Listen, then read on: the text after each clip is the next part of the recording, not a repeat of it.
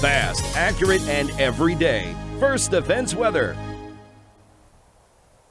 Well, a happy Wednesday to you, and I wanted to give you a look at the water level on the Chattacoin River. This is what's called a hydrograph, and the hydrograph it basically measures the water flow and the water level on the river. And you can see the current water level as of noon hour is 3.53 feet.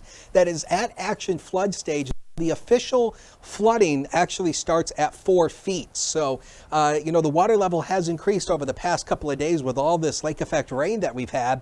The official total at the airport from Sunday through early today is 3.32 inches. Now, your total is going to vary depending on where you are. For example, at my house, I've got close to 5 inches in my rain gauge from Sunday through Wednesday. So it depends on where you are and where those bands set up. But officially at the airport, 3.32 inches over the past 3 days. And obviously all of that has led to a high water level on the area streams and creeks. So just wanted to review lake effect rain. It's basically the same thing as lake effect snow. It just has to do with the precipitation. Starts with that warm Lake Erie water at 70 degrees. We get a cold air mass to come across the lake, and we go up to about 5,000 feet, and we look for a 25-degree temperature difference from the lake to up to 5,000 feet. That warm air from the lake rises, creates clouds, and then the wind pushes those clouds inland where it dumps its precipitation.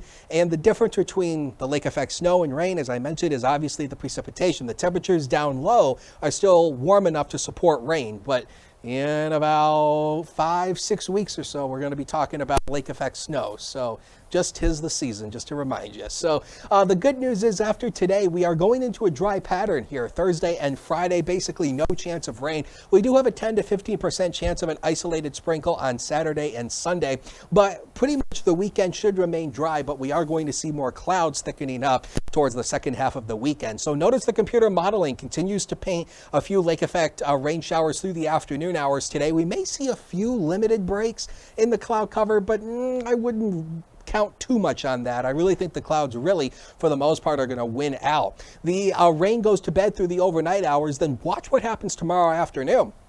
The clouds go away. We should go partly to mostly sunny. And by the time we go into Friday, the sunshine is going to rule throughout much of the day on Friday. So Friday is going to be a fantastic day.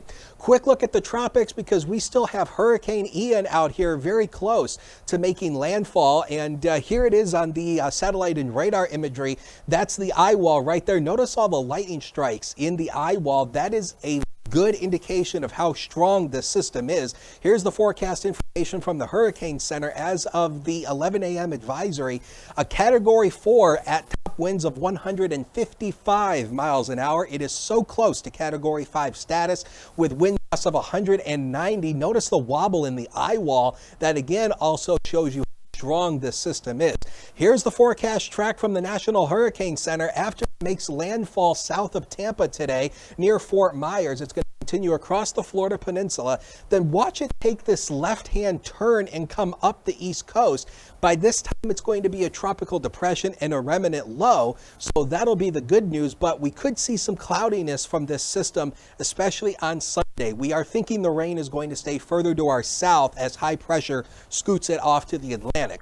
Here's the quantitative precipitation for the next 5 days across the Florida Peninsula. Look at this, 15 to 20 inches worth of rain. That is exceptionally high rainfall amounts. That is major flooding along with the storm surge as well, inland flooding. It's just going to be a disaster across the Florida Peninsula here. So Ian is very close to landfall. Would not be a bit surprised if in the next hour or so as of making this, would not be a bit surprised if the eye wall officially makes it on the land. But getting back to here, lots of clouds, occasional lake effect rain showers through the day, tapers off and cool, 51 to 59 with that northwest wind 5 to 10.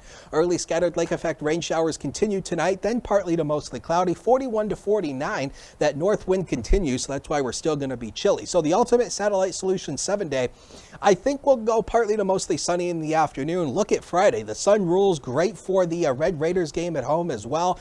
October officially comes in on Saturday, 63.